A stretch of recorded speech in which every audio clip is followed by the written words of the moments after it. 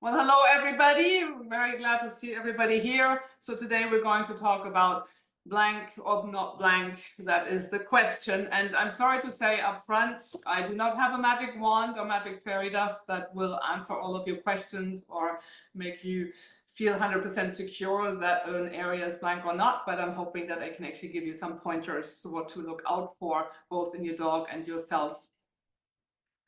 Of course, now my screen is not working. Hang on. Okay. No, my screen is not. There you go. Okay, so first of all, we're going to talk about what is actually the definition of blank in scent work setups. Is it really blank? What are your expectations and your handling ways as a handler? What is the dog telling you?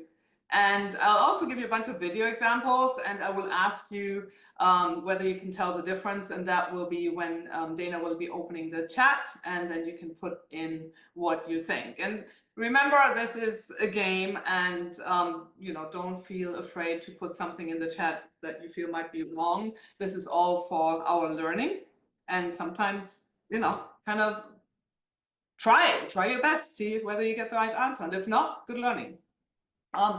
We'll also talk about some training and search strategies, and of course I have room for, I think, 3 sets of questions. So, definition of blank. We call it also a clear space or a negative space, and it describes an area with no target odor sources present. It can be in NSCSW, it can be in any element or LE search at NW3 or level 3 element specialties. It can be in elite select, elite premier, and summit level. So first of all, our dogs, they go through blank searches or blank areas all day long, right? They are very good at covering and clearing blank areas. And when you're at home, most of the time, if you're not training in your own home, they walk around all day clearing the blank bathroom, the blank kitchen.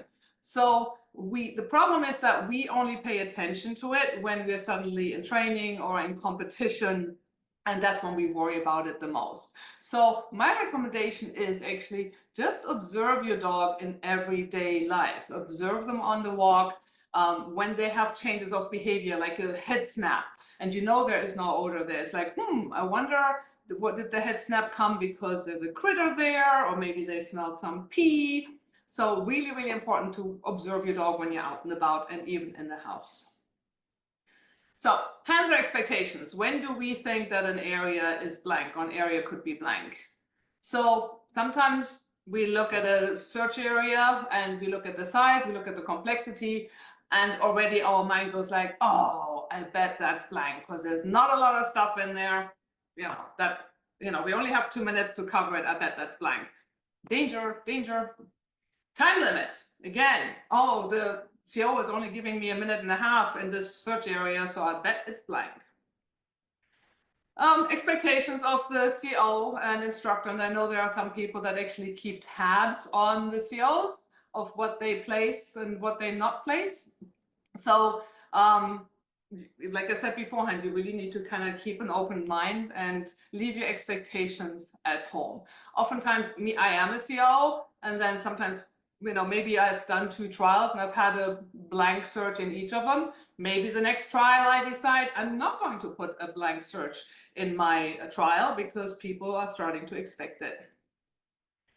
There's also sometimes the assumptions that a blank search wouldn't be the first or the last search of the day, or that we think like, oh, the hide is always on a chair. And you may have seen now in NSCSW, you may have been seeing more unconventional hide placements, like in cracks or in areas maybe on a post that you didn't expect. So just because there is a room with maybe 100 chairs and the dog works the chairs, but maybe doesn't go out on the perimeter or goes further out, or maybe there's a ground hide in a crack, you got to make sure that you leave that assumption and that expectation at home. So sometimes people are like, well, I can't imagine that the vehicles would be blank, okay? Or I can't imagine that the container search would be blank, especially if I have, for example, in a container search of 20 containers, like, no, they must be putting a hide in there for sure. They would not let us run 20 containers without a hide in there. Of course, NW3, maybe you call the search before the one that you're doing right now blank, but that maybe you've had a hide, you missed that hide, and then you are expecting a hide in the real blank search. So you're going to try your darndest to make a dog find a hide, and there is nothing there. Some people also like to count hides. So if maybe you've already found 9 hides at NW3 or 10 hides, then you're like, well, I bet there's a blank search in there somewhere. So please, please, please stop counting hides. There is a wide variety of number of hides at, pretty much NW3 and higher levels. So that is not necessarily a good strategy. And we have expectations of the dogs. So I've heard it, I've probably said it too. Okay, my dog doesn't want to go in a search area, they don't want to leave an area. Or if they don't want to go in, it's blank. Or if they want to leave an area, oh, it must be blank. Could be, again, a dangerous thought. Absolutes are never a good thing. So something we will look at. So talked a little bit about expectations. So imagine you are at a trial and you have this, and I hope you can see my cursor. You can see this interior area versus this interior area, right?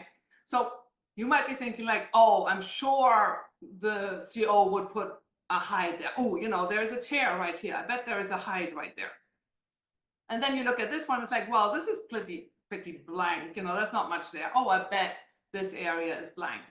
The same goes for exterior search areas. Here you just have like a, 1 or 2 picnic tables with the benches attached versus this area here, which is much more complex. Or you have a vehicle. Maybe the CO has like 1 vehicle and they give you maybe 2 minutes for that. And you're like, I know that's going to be blank. But suddenly you have 4 vehicles and you'll be thinking, I think there must be something there. Yeah. All right, here is a video, and I hope you can see it. So this is an elite search. This was a blank search. And again, the challenge was no hides. For some of you, this was the last search of the day. For some of you, it was the 3rd search of the day. The dogs actually cleared this area very quickly, probably within 2 minutes. But handler expectation kept the teams in here for longer than needed. And sometimes when we have an area or a search that doesn't go well, we think it didn't go well, but actually it went very, very well. And we saw some very, very strong dogs. Okay. Oops, let me see. So again, this was a large area. In elite, we often don't see a lot of blank areas. So like I said, the expectation was definitely there, and it was very interesting because some competitors came out and they were angry because they felt that the dog should have found something. So they were angry at the dog and maybe angry at themselves. And in fact, the dogs were being very good as the handlers tried to sell the dogs on an area, and the dogs were like, no, honestly, there's nothing here. And so kudos to the dogs who kind of said to the handlers, honestly, trust me, there is nothing here at all. So here, and I want you to think about what do you think, do you think this setup is blank or not? So you can't see all of it because I used brown boxes, not very smart. I should have used white boxes. So basically it's a U shape of containers on grass. So before I show you the videos, what are your thoughts and expectations, even just looking at the picture? I don't know, can you open Okay, so I'm going to open the chat. Yeah, perfect. In a moment. And all right, so everyone should be able to now say if they think it's blank. Yep. Or if they think there's odor. So imagine this was your setup. So you're in a trial and you encounter a U shape of, I don't know, maybe 10, 15 boxes on grass. What are your thoughts? Odor, not blank, odor, blank. Probably has odor. Oh my God, look at all of these things coming in, awesome. Dog looks in drive, for sure. Probably has odor due to the distracting environment. Not blank. Okay. I would have no expectation that it was odor until my dog told me. That's what we always want to think and do, but we do get into our head. All right, let's see. Turn the video down. So he's checking the containers.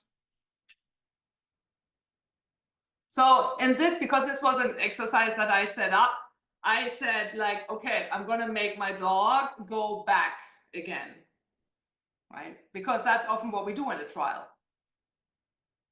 So what is he doing right now?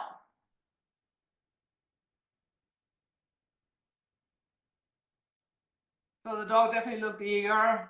He's wandering off. Okay, walk away.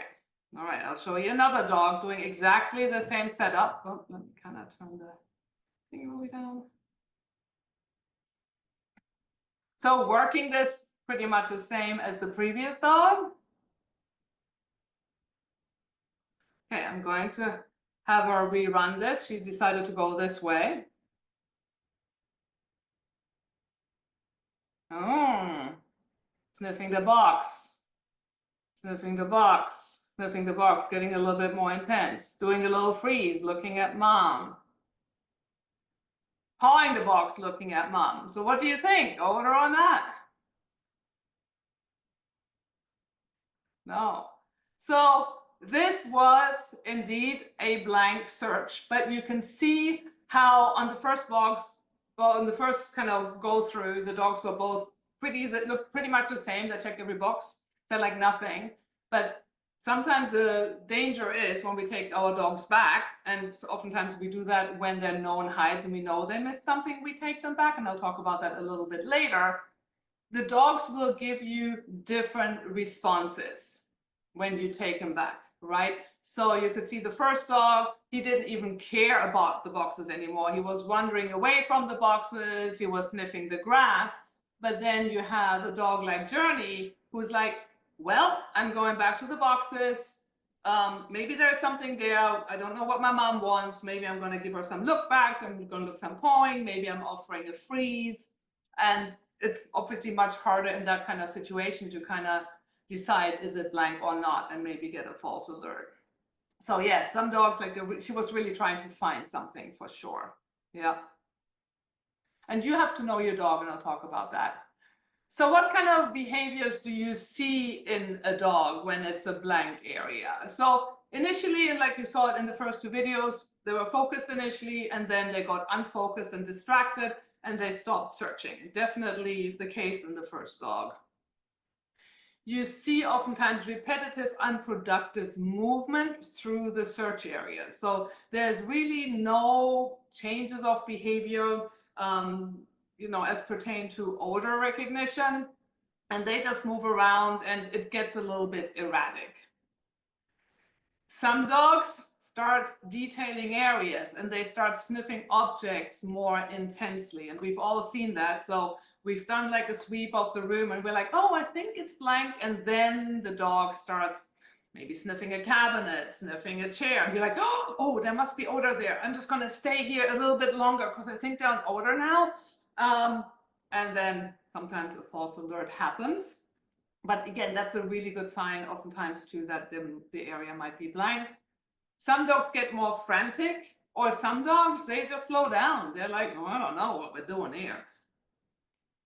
And some dogs try to guess what the handler wants. And you saw that a little bit in the second video with the black lab mix. It's just like, okay, let me target some objects. And these are often objects that are productive: containers, chairs, wheels, picnic benches, that they sniff them more, they kind of poke them and they look back at you.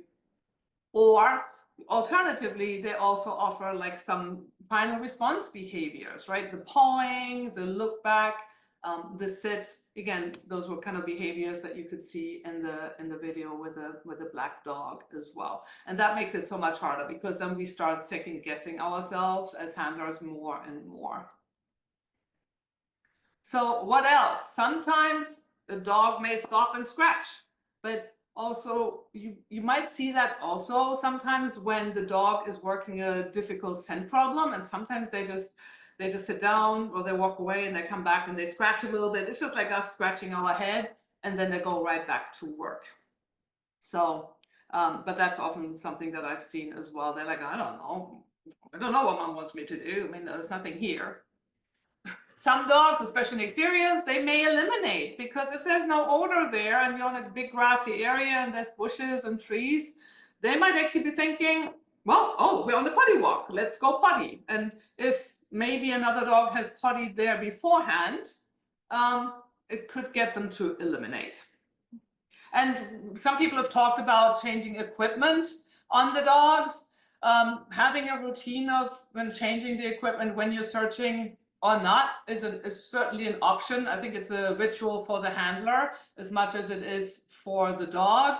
I will put this on record here. I work my dog on the same harness and on the same leash, regardless of if I do nose work or if I take him for a walk, and we haven't really had any issues. But I do think it's a helpful tool that you can put in your toolbox. And I've seen plenty of dogs that have equipment changes and they still go potty in the area. So just definitely something to think about. But if it's a blank area and the dog goes potty, definitely much more probable than if there was odor there.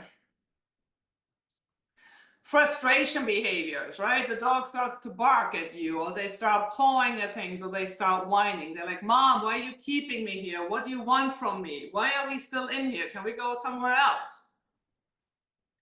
Oftentimes, you also have a dog that will come back to you and ask for help.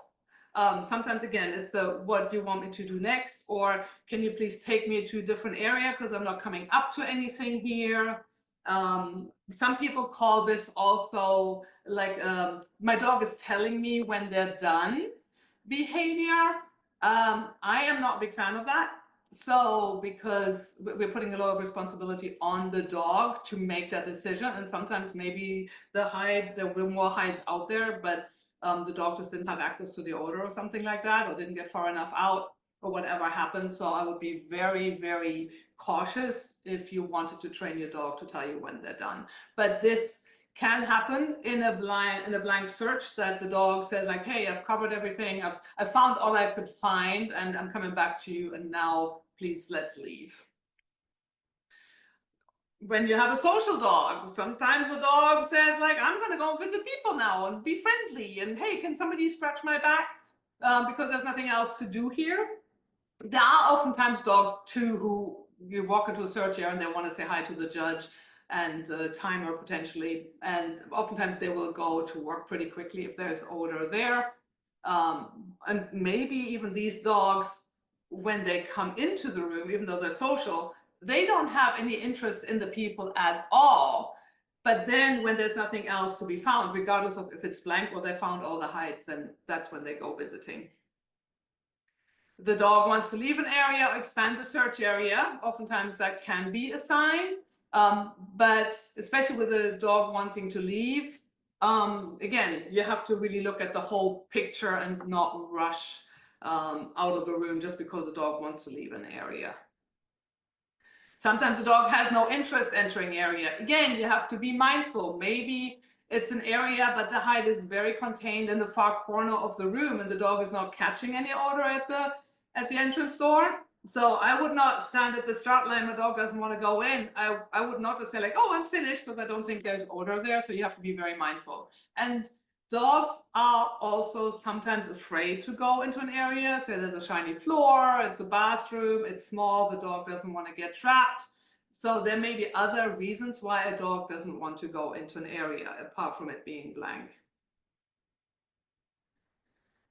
Oftentimes what you'll see that the dog starts going up. So they're working an area, and then their head goes up. They're checking those higher planes, maybe skimming some objects, looking up a little bit more because they're hoping to maybe catching some odor that is higher there. And I think, and it depends honestly on your dog. I have a dog that loves to go up. Elevation, yeah, up high, great. So I don't actually do a lot of elevated hides with him because I know he's pretty good at it anyway, naturally. But I think oftentimes if it's blank and you do a lot of elevated hides, I think dogs go up very, very quickly and target maybe the fan, they target something hanging from the ceiling, or they target outlets that are high or pictures that are high. So something to be mindful about. Dogs start sniffing the ground, the dog slobber, critters. Again, this is something that you might not want to see, you might not see right from the beginning because they're hunting for odor, but when the dog doesn't encounter anything, they might be thinking like, well, we are on a nice little walk. Ooh, there's a nice little critter hole. At the beginning, they completely ignored it, but then you keep them in the area for a long time, and then the dog says, well, nothing else. Let me check out this little rabbit hole. I've seen some dogs get the zoomies. Really cute. They tuck the butt and they run around. They're like, oh, it's so exciting. Oh, I get to run around free, off leash. Obviously, this happens off leash when the dog's just so happy to be free off the leash and run around, especially when everybody in the room starts laughing. One biggie is you have to look at your dog, whether he or she are exhibiting typical odor changes of behavior. So COB stands for changes of behavior. And if there aren't any, say you've spent maybe a minute and a half in a room, you have 2 minutes, and the dog has not given you anything, and we'll talk about the changes of behavior and what you should be doing. That might be a really big clue that there is no odor present. Sometimes an area is blank, but so maybe you have a huge area, I should say. Say, for example, elite. Maybe it's a huge area and the front part is all blank, but there is a hide in the adjacent area. So, and that hide, that odor could actually be coming into that area. And so there might actually be sniffing, trapping, or pooling odor coming from a hide that is another big area. So something to consider. It's not really an issue for the lower levels, but elite, this could definitely happen. So remember, blank means, well, it's just there is no odor source really present. And is there anything else that you can think of? Is there anything, and Dana, if you could maybe open that up, if anybody else has any comments, what they see in their dog that might tell you that there is no odor in a search area. What does your dog typically So that I opened everything up so they can perfect. throw in any other ideas. Return and stick to found hides. Yeah. So if there's hides there, if there's nothing else to be found, they return. If there's hides in there, for sure. Yep. They lead me to the odor. So you have a dog that it's either odor and I don't care about anything. Oh, they lead me to the door. Yeah. So they want to leave. Expanding the search area, my dog turns and sits in front of me when they've searched everywhere. In a blank vehicle search, my dog starts rolling on her back. Oh, interesting. Yep, dog goes very flat after one pass and starts making lots of eye contact, lays down to rest. First time his speed turns to a hop and his mouth hangs open and smiles and wants attention from anyone. My dog who's passed away would thoroughly search and then go to the door, started looking at me, doubles down in details and then goes up. Yeah, excellent. So the difficulty is really that the dogs may exhibit many of these behaviors even if odor is present. So you really need to know your dog. So there is no blanket behavior that all the dogs do at any given time if an area is blank, or along the same lines when they're done finding all the hides. Okay, so the dog is the one thing, but guess what? There is somebody else at the end of the leash, and we do all kinds of crazy things when an area is blank. We start to overhandle. Okay? We take over the search. And that could look like you start directing your dog. It could be pointing, or you could be steering. You start pointing at areas and at objects, and sometimes you hear people talk, say like, check, check, look over here, come on over. Sometimes we block our dog from leaving a perceived productive area, right? And that happens often on leash, or we call our dog back, check here, especially if we feel either the dog hasn't checked the area or we feel there has been some interest. So we want the dogs to check, and I will show you something there later on in the video. We stare or orient towards perceived height locations. This is something that we often do in training when we know where the hides are, and that can backfire quite a bit. We plant our feet and orient towards it. So we're really stiff and we're just standing there and we're not willing to move and hoping for our dog to come back or get the hint that they should be checking this area out. And we take the dog around the search area multiple times. And it could be either in the same direction, different direction, do diagonals, whatever you want to do. A big clue too is we start looking around to see where we've been or where we've not been, right? So initially we're focused on our dogs maybe for 2 minutes. We're watching our dogs like a hawk. And then we're like, oh, we haven't come up with anything. Okay, maybe we haven't been over there. Okay, let's go over there. So the dog is lagging behind you as you march towards that corner over there. And so again, that can be a clue that maybe there's nothing else to be found, or maybe that it's blank. We get nervous and maybe the dog is kind of like saying, oh, I don't know what we're doing here. They slow down, they start sniffing, and then we panic and we repeat the cue over and over again. Find it, find it, find it, show me. We get frantic, we hear the 30 seconds and we're like, oh, okay, I need to get over here. Okay, come on, quick, search, find it. Oh, let's check out that chair. I think there must be something here. So again, behavior when it's blank can be coming from the handler as well. And those are cues to our dog. And you have to be really, really mindful about those because the dogs will pick up on that and you might get a response that may not be the one you want. And I mentioned that earlier, if you had called the previous search blank, but there was a hide and you are absolutely expecting a hide to be in the search that you're in now, these behaviors that you're exhibiting are going to get even worse. So some of these can be a potential cues that there should be a hide there. And this happens especially if the handler always helps the dog in training. And we talked about that. A lot of the other presenters that you had here have talked about that too. So you have to be really, really mindful what kind of cues you are giving to your dog. So I just loved that. I was Googling like image for, handler, and I thought that was kind of a funny little movie picture. The handler behavior may contribute to the dog giving an indication in the blank area. So we really have to clean up our handling in training and then maintain it when you are in a trial. Okay, so why might a dog miss a hide? Why might you call it blank? So it could be a dog is not actively searching. The dog is too fast, right? They race through the area.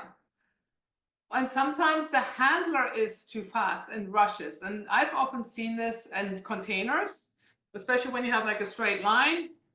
The handler kind of charges right through and then calls finish. And the dog really hasn't had an opportunity to actually check the containers, especially when the containers are a variety of containers and they emit odor a little bit differently, like an RT box emits odor differently than, for example, a paint can or a Sterilite box. The handler may be too passive. Oftentimes when you have an open area, the handler kind of stays in the middle of the room and basically you're lunging the dog around like a horse. So the dog may be missing corners because either they haven't been given access to it because you have them on leash, or the dog kind of cuts corners because they're like, oh, mom is not coming, or dad, hi Roger. So they're cutting because they're going out, but then they're turning around because they're wondering where you are. Alternatively, if you're too close to the dog and you push them too much, the dog may walk right past a hide as well. So finding that balance where you need to be in relation to your dog is really important, and that varies from team to team. So the dog is handler focused or handler obedient, so they pay attention to what you're doing versus actually hunting for odor. We talked about the overhandling already. And some dogs don't have that sufficient exposure or experience with specific hide scenarios. And that could be maybe a very contained hide, and I have a video on that. they may not have encountered those in their training, or it may even be the amount of odor. Maybe there's less odor than they're used to. Another reason why a handler may not call alert is because the dog exhibits a more subtle alert than the handler is willing to call. And I find that I see this a lot in the ORTs, novel handlers. So the dog, for us, of course, we watch the dog, the CO judge watches the dog, and we're like, why are you not calling it?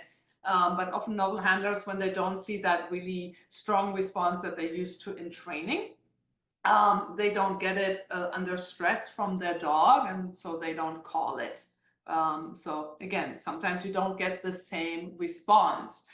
For example, in inaccessible hides, you might not get a look back, and then you walk off and the dog actually told you that there was a hide there. What I meant about passive versus like team handler. So here's a picture of a room. So imagine the handler comes into the room and just stands here. And the dog may just go around and maybe go around again, maybe sniff a little bit here, cut the corner and sniffs here, and you call it blank. If, for example, you had moved just a little bit and moved even a little bit further in, you would have actually given the dog more of an opportunity to go deeper into this area and maybe find a hide over here. So in this case, you may actually call an area that had a hide a blank, and here, hopefully not. Now continue. Dogs may miss hides because they're over aroused.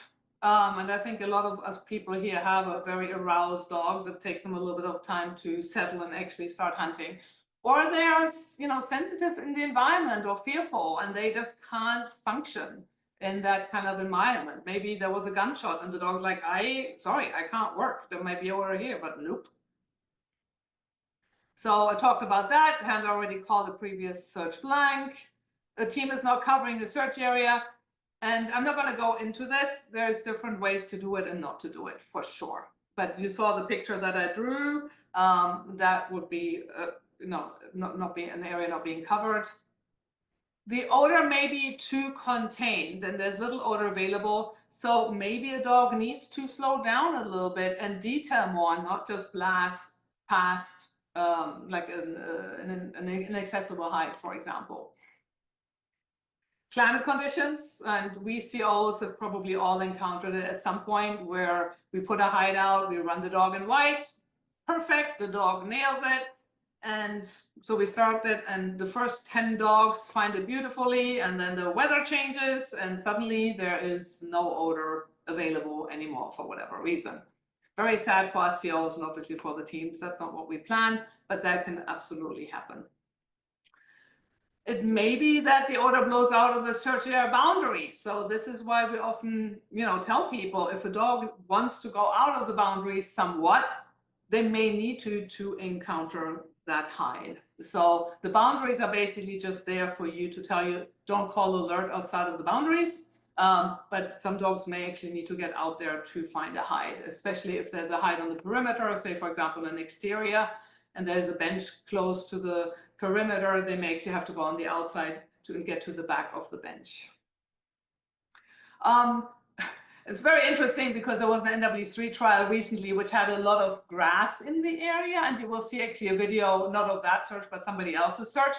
We miss areas because we are afraid that my dog may critter, my dog may pee, my dog may eat grass, so we don't actually cover an area and call it blank because the hide may have actually been in the grass or near the bush or something like that.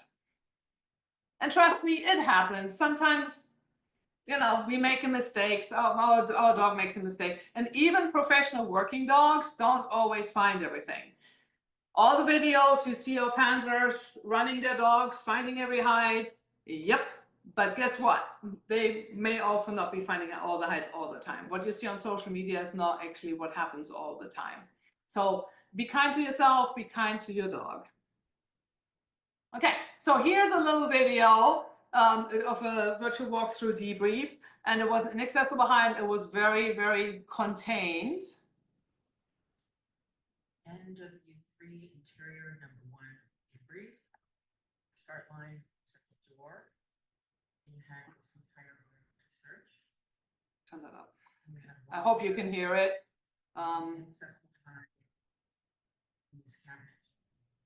It's not very So loud. the height. You may have to explain it to us. Yeah, okay, so the height, the CO just pointed to the hide. There's only one hide. And dogs that were successful in here, the handlers slowed them down. So she says the teams that were successful slowed the dogs down a little bit and also allowed the dogs to go into those little alcoves under the desks. So if the teams just did a quick sweep, then they would miss that hide, right? And again, it doesn't look all that complex, right? So it's very easy for the dogs to do a quick sweep and the handlers to call it blank. But this was definitely, a good example of a little odor available, pushing kind of deep against the walls and dogs having to detail it a little bit more. Okay, and I'll have a question thing very soon coming up. So more considerations. If your dog doesn't want to find odor, you need to build on, work on the foundation for sure, that we want the dogs to find the hides and we want them to be independently hunting, right? If you have a dog that follows you around, you may be more willing to call something blank. Again, you want the dog out there believing, hey, if there is something, I can find it. Fear of tight spaces, flooring people. Remember that an environment will override the desire for odor. I talked a little bit about that earlier. So that is something you should be working on outside of the context of nose work. If you try and pull your dog into an area that they're afraid of, chances are you would probably call it blank because your dog mentally and emotionally cannot work. Stress and anxiety, that they're not searching, actively hunting, so you need to build that resilience. Novel environments, I think that is the biggest thing that we all need to do. We need to expose our dogs to novel environments. And that can even be outside of the context of nose work. Take your dogs out for walks, take them into stores where dogs are welcome. Take them near schools where there's kids screeching. So all of those scenarios will actually help you and your dog deal with these kind of scenarios when they're actually at a trial. There are some competitors that, say like, well, I'm only going to, work at schools because there's not as many distractions, right? Oh, I'm not going to go to a camp because that's way too distracting. But consider it a challenge and embrace the challenge rather than avoiding it. Some dogs are overly social, but I talked about that. When and that search, will your dog go and visit people? Lack of training, problem-solving skills, and overfacing. We love competition. Well, not me necessarily, but people love competition, and I do feel that sometimes people rush the process and that there is some foundation training missing. So if your dog doesn't have the skills to problem solve, you are going to be more likely to make mistakes, okay? So your dog may not have the skills to solve an elevated height, so the handler might call it blank. I talked about the inaccessible. So really important that you have a strong foundation. In NSCSW, we have a wonderful opportunity now to ask for information at a trial, which turns a search into a nice practice, training practice experience as well. Another thing that maybe some of you have seen in your dog and other dogs is that the dog is trained to go through the motions, but they're not actively searching. So for example, at an ORT or container search, a dog kind of targets, moves on, and the handler calls it blank, whereas in fact, there was a hide in there. So just because the dog targets an area doesn't necessarily mean that there is, and then moves on, doesn't mean that there's necessarily no odor there. So you have to really pay attention to, is this my dog that's targeting a container or targeting an area, or are they actually sniffing the container? So it's really all about context and knowing your dog. So it's not one size fits all. Okay, so this is my first question set. Any questions? I hope it makes sense so far. First person's asking, how often do you practice blank searches? Well, like I said, your dogs work through blank areas all day long. If you're asking about specific blank like areas, I often use my house for that. So I might have a room, there's no odor in the room, and then maybe I have another room on the other side of the house, and then I have a hide in there.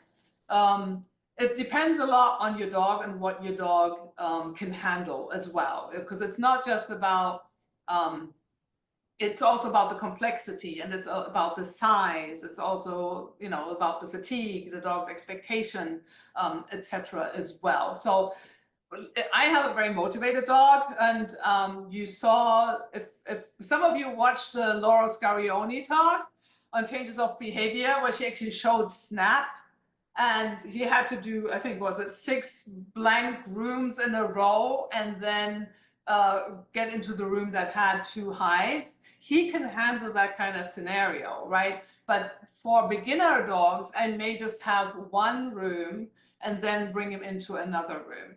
And another option that you have when you're exposing them, say you have 2 rooms, one has a hide and one doesn't, maybe I just keep my dog in there for 30 seconds or 20 seconds in the blank room, and then I let him go into the other room that has odor. And then I can increase the amount of time that I keep my dog in that area. Let's do one more and then we'll move on. So this last one is for dogs who start detailing in blank areas.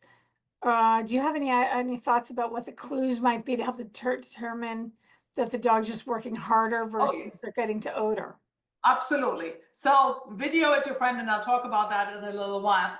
So when they are detailing, it basically just means they are sniffing, right? So if there is truly odor there, I want to see bracketing, right? Bracketing for me means I'm going to narrow down, oh, here it is, boom, right? Or trying to find an access point. For me, I use those things differently. For me, it's not the same. So if I have a cabinet and the dog can actually kind of come down like this, but they're trying to find an access point. Okay, can I get into the cabinet from this side? Or can I get into the cabinet from this side? Can I get to the cabinet from this side? But I see that focus is, for example, like on one object, or narrowing down onto one specific area, versus detailing, oh, I'm sniffing here, and they're actually moving further away, or they come back and you're not seeing any getting closer to the hide behavior, if that makes sense. Okay, let's move on and then we can answer some more questions. Okay. So yeah, and leave the chat open, that would be great. So I have a little video quiz for you. So you can put in the chat if you think it's blank or not blank. And I will give you the answer, I promise. So this is Taz, 2, 4, 6, 8 containers.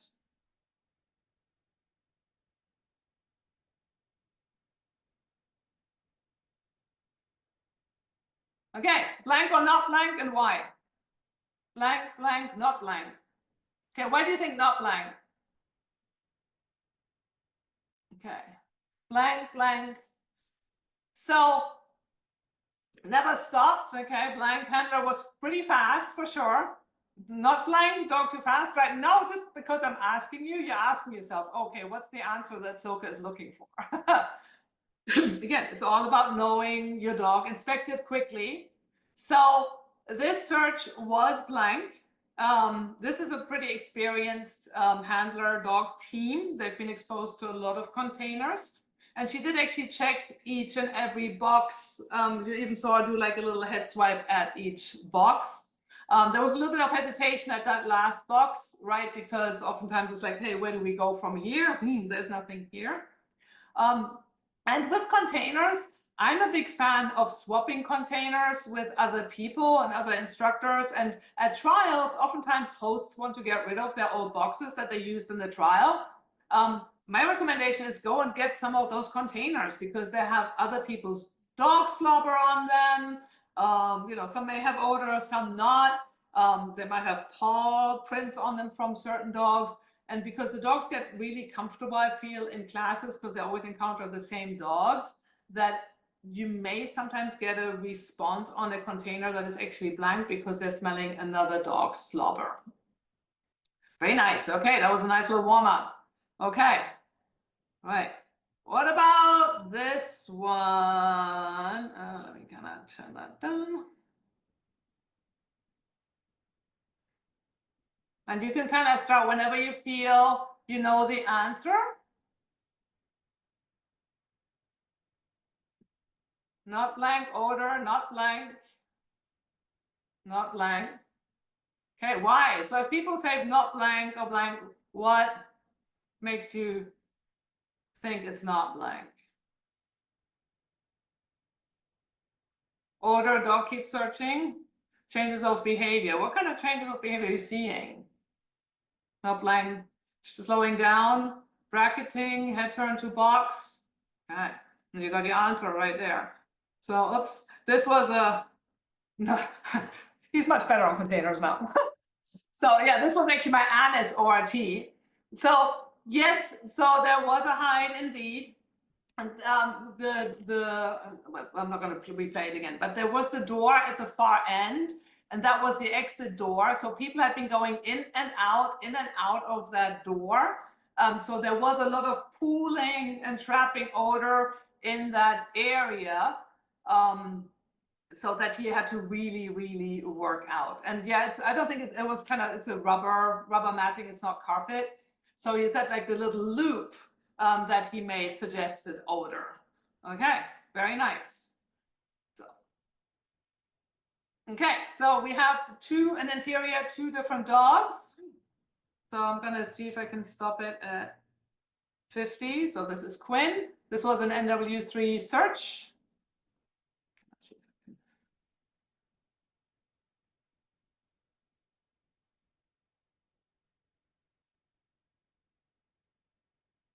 So tell me if you think it's blank or not. Oh, stopped. Okay. Did I freeze? No. Okay, blank, blank, not blank. Blank dog walked through, then checked. Oh, interested search. Okay. All right, we'll have a look at dog number 2. So same one. So she's going in the other direction.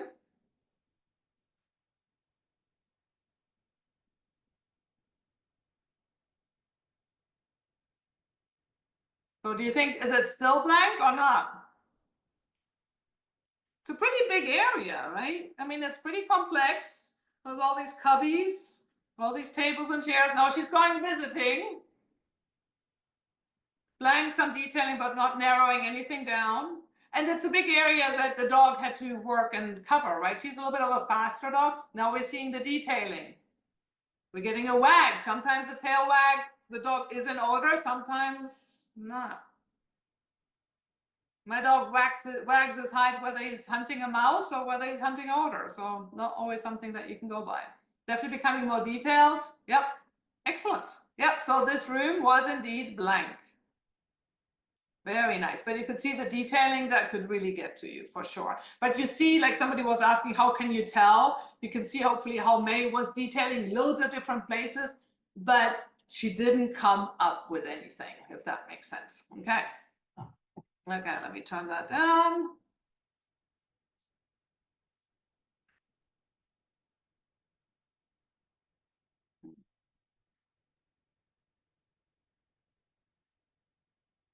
Okay. So, and you can start putting in whenever you think there's odor there or not, start putting it in your chat. So we are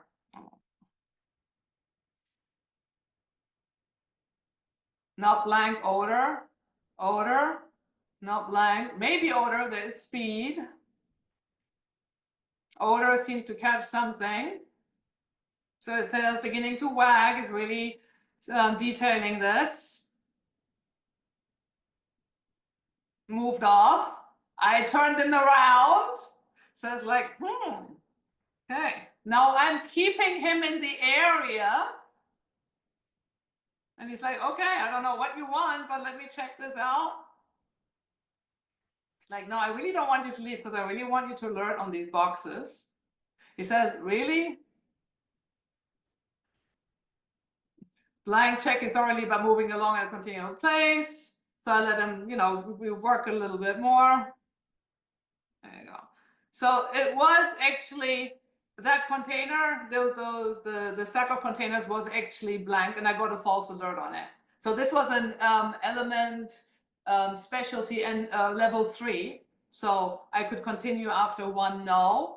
But you can, dang, Stacy says, yep. He went past it the very first time, didn't give me anything, right? And it was very obvious. And so, again, it showed me a little bit of interest, but you could see how my handler influence and my expectation made him give me like the look back, right? The dog was fine. That was completely on me. This was also my first search of the day. And it's like, oh, they wouldn't. Well, clearly they did. And these were kind of ORT boxes there. I think she had some yarn and stuff in there. So that was completely on me, not on my dog. I mean, he moved away multiple times and I'm like, no, come on back here. So, okay, now let's have a look at this. Some fun munchkin. Okay. You ready? Go get it, Tiger. Okay, yeah, go get it, Tiger. So this is another one, different trial though. Oh no, he's leaving was to leave. So I called him back there. So he would dutifully came back, but he wanted to leave. Would that have been, a blank search or not? So what do you think? Is he working order or not?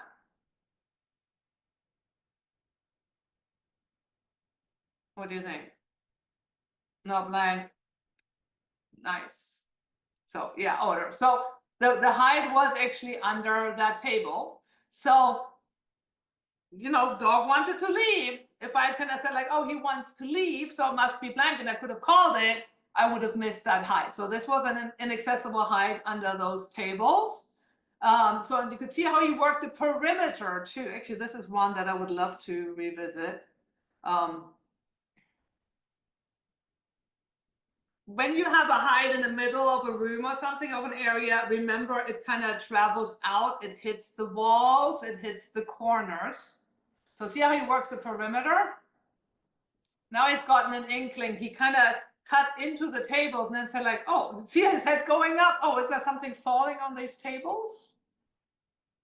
Right, getting more detailed, and then he sticks his head right under those tables. Why would he do that, right? So didn't want to leave, just wanted to check the rest of the area. Like Sue, I think it was more that odor was collecting. And yeah, I mean, how many dogs naturally check the perimeter first, or maybe they've been trained that way, and then, work the rest of the room for sure. That's kind of really knowing your dog. He gets slow and focused as he narrows it down. Exactly. Yeah, guard breed. Oh yeah. And okay, another one for you. So this was the last search of the day. My NWC title, I felt I had done well up to then. So my title was at stake. Okay.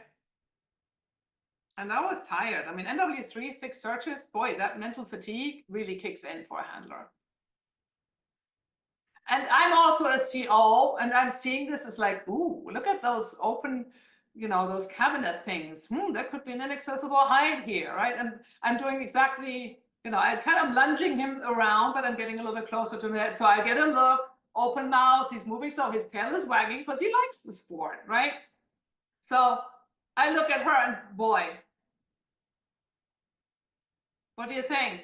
Blank or not blank? Blank? Blank, okay.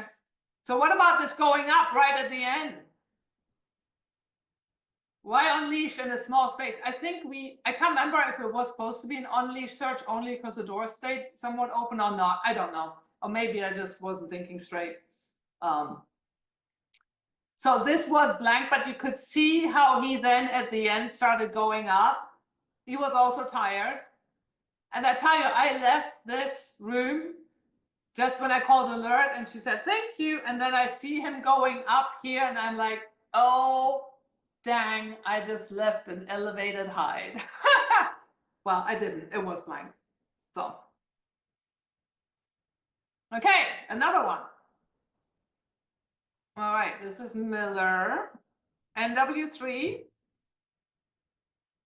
Shepherd. And again, whenever you feel you know the answer, just put it in the chat.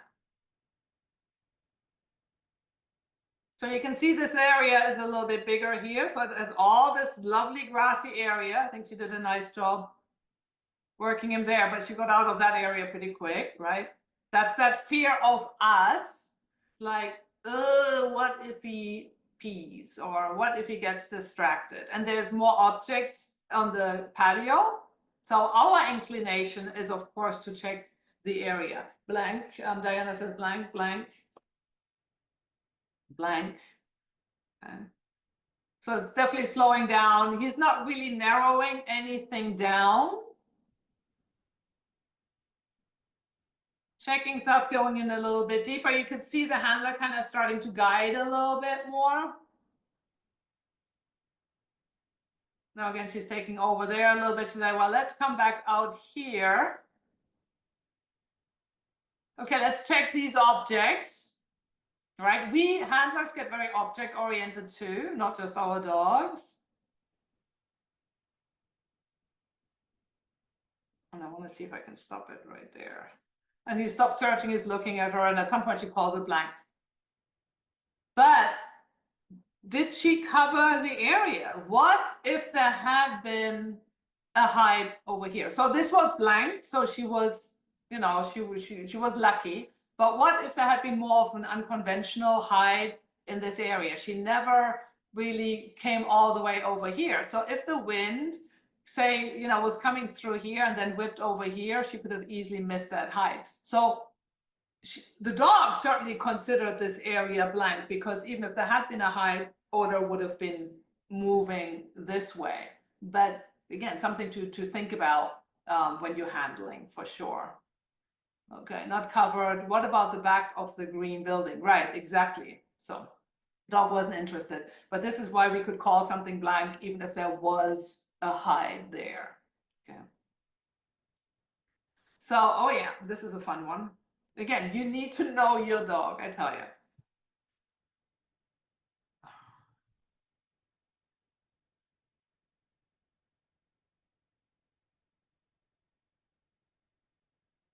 What do you think?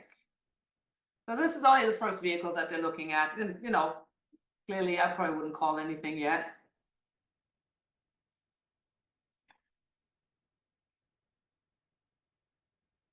So he's not showing a lot of interest. It's also very warm. This is Georgia or Alabama or something. Not really any interest in the vehicles, but I also have to know my dog, right?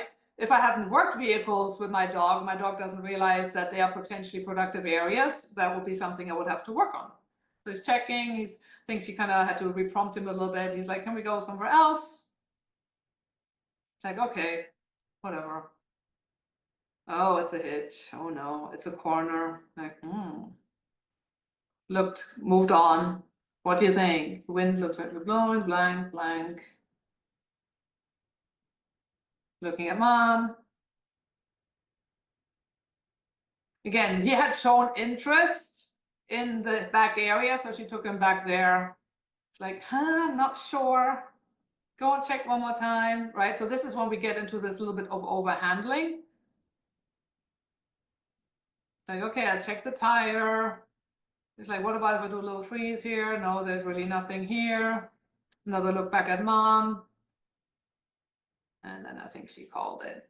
Okay, yeah, so it was blank. She knows him really well, and he has been known to target things like the hitch at the beginning and look at her. So it took her, I think, a long time to kind of figure out, is this there is odor here and look back versus like targeting, right, and looking back. And oftentimes when we get the look back, ideally we want to have seen like some sniffing or some of the other changes of behavior when the dog is an odor first, before we call it, rather than just like a, is it here?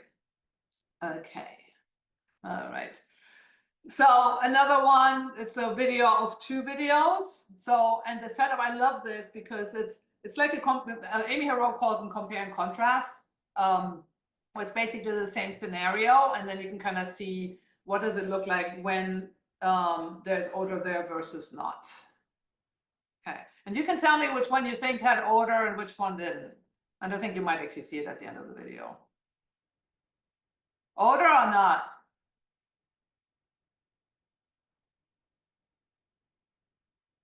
Yes? Okay. This is the other room. A little bit more intensity. Right there. So the first one got me a no. And looking at the video, very clear to me that I think I encroached, I came too close, and that caused him to look back. But here, his intensity really came up, and then he was sniffing closer, and then he does a little nose poke oftentimes at source. So again, in hindsight, yeah, clearly the first one, there was nothing there. Okay, order in the second room. Nice one, Barb. Yep. Okay, another one, and then I think that must be the last one. Yeah, this is the last video that you can play around with. Okay. Let's see if I can. So I love this, and she's done multiple of these with Scooter, where she kind of has the same scenario and then watches her dog. What does her dog do when there's odor versus no odor? So he's covering the search area very well. He's kind of all over the place. You can see it's a little bit windy. The grass is kind of blowing there. Hasn't really nailed down an area yet with odor, right? Okay. So she put him up, blank, okay? All right, so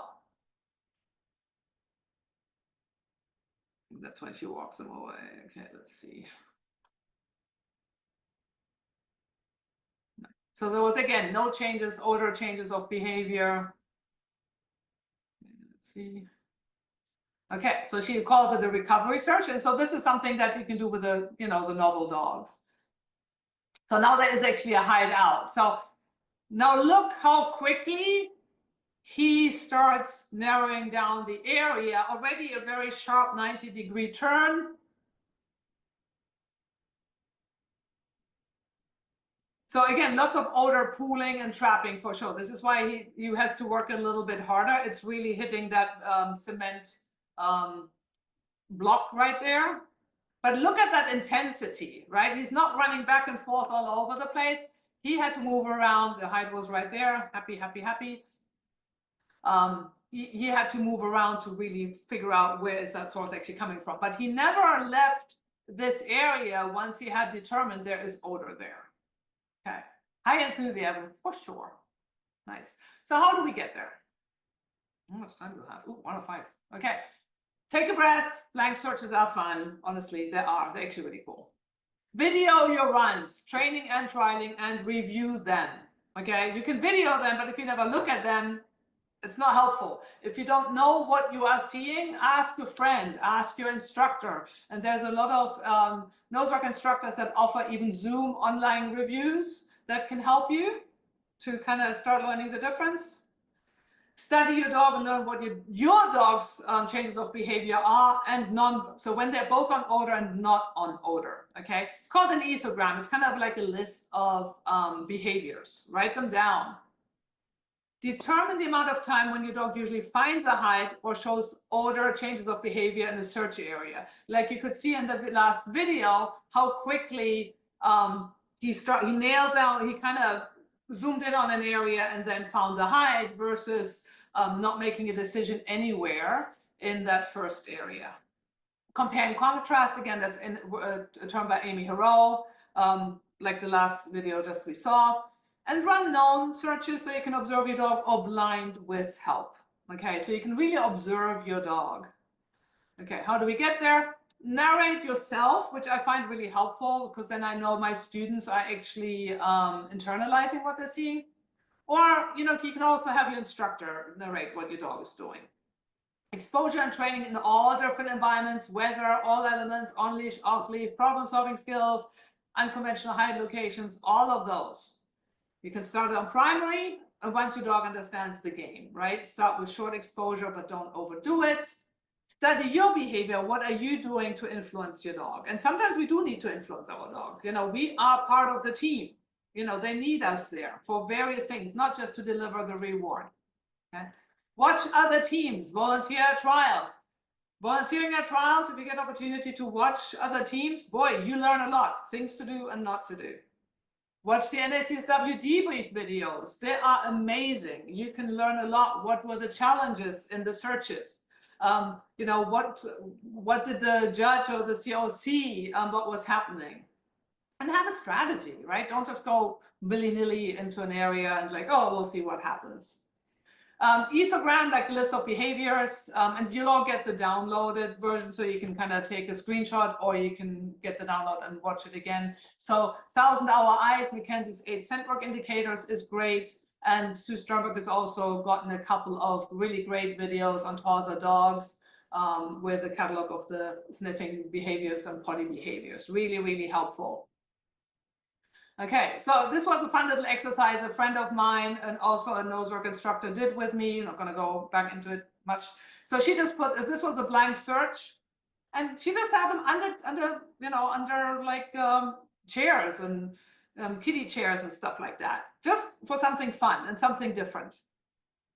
This may also be helpful if you have a dog that likes to paw at containers, because these are not as accessible.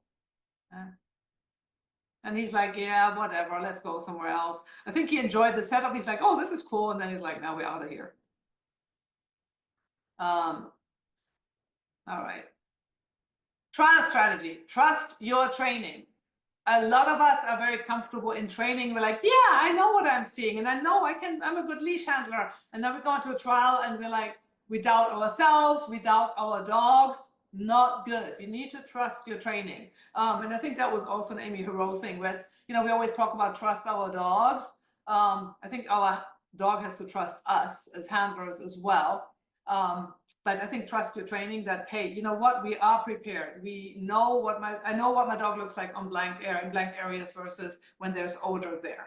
So trust it, and then trust what you see. Leave your expectations and assumptions at the start line for each and every search, for each and every area that you're searching. Check if your dog is actively working. Is he working? Is he sniffing? Critter pee, whatever. And Leah Gangelhoff has kind of said, assume there's odor. There's no odor until your dog tells you otherwise. Cover the area. Don't rush through it, especially if you have a fast dog. Respond to changes of behavior or lack thereof. Okay, so if you see maybe a sharp head snap, it's like, okay, well, let's kind of see, was this just a head snap because there's pee there and then he moves off, or is he like, oh, there's a head snap and he's actually more following through? Might be an indicator for odor, or could be distracted too. So trust what you see, not what you think or want to see. Okay, and your videos will show you that as well. Call finish confidently. Love on your dog for a job well done, regardless of hides found or not. Again, they're doing the best they can with the training and with the handler they have. Okay, let that search go, and don't fret over and analyze afterwards. Don't talk to other competitors in the parking lot about the searches. They may be wrong. Yeah, don't do it. Just don't do it. Some people are like, oh, I found 3 hides, and it turns out they only found 2, but they call the same one twice. Okay. So just don't. You can see, I'm nearly done. After the trial, watch the debrief videos. Review your videos. If they were great, I actually have a folder on my desktop. All my great videos of my dog and me, they go into that folder, and I watch those before I go to another trial. Or if I feel a bit down or a training session didn't go as planned, I look at those videos like, you know what? I have an awesome dog and I'm an awesome handler. Okay, if nobody else tells you, you have to tell yourself. Sometimes it's not our fault. Odor does mysterious things. It's fickle, okay? And sometimes I need more training, my dog or my handler, and then act on it. Find a solution for it and then work on it.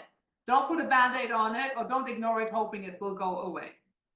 Wash, rinse, and repeat. Okay, secret word is clear. Ta-da, surprising. Okay, so we're nearly done. So when I go to a trial and I don't care about hides and blanks and whatever, the first thing I tell myself, it's a great day to spend with my dog and a wonderful opportunity to practice blind searches with hides set by people I trust in novel environments with competition parameters. We are a joyful and competent team. So this really has nothing to do with, is it blank or does it have odor in it? And Dana and I, we talked a little bit briefly before we started recording this webinar about sometimes we get a little bit too competition oriented. And remember why we started this game in the first place, and it was because we wanted to have a fun time with our dog and give them an activity they really, really enjoy. So something to think about. And again, be creative, you know, stay curious. I mean, that's something that Leah Gangelhoff always loves to say, you know, be open-minded, try different things. Not every strategy that somebody tells you may work for you or for your dogs. The more tools you have in your toolbox, the better. Not all dogs look the same on a blank search, right? You have to really figure out what is it that my dog does. Okay, questions? And then we're kind of done, I think.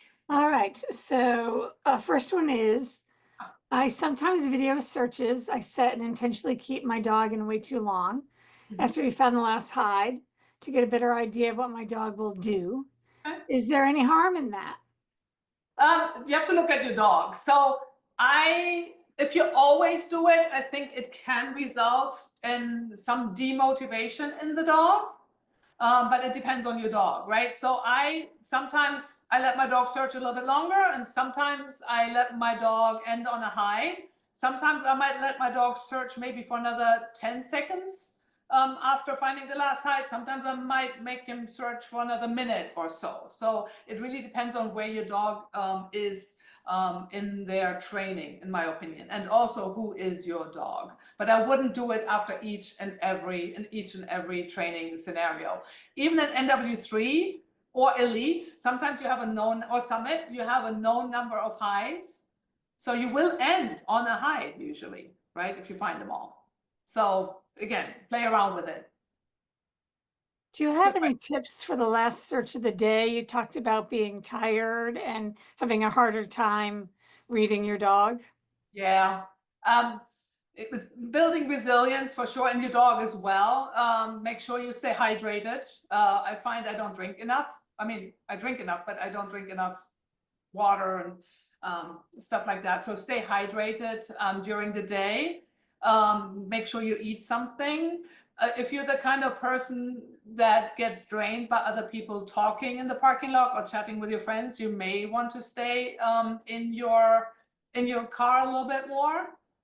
If you're the kind of person that thrives on social contact throughout the day, then keep talking to people. So it's highly individualized as well. So whatever you need, make sure you get good sleep the night before if you can.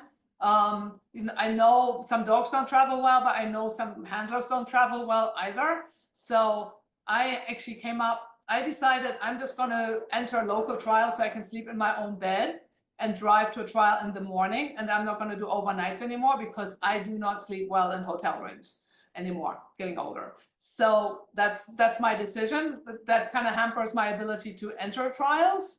But you know, I feel I do better.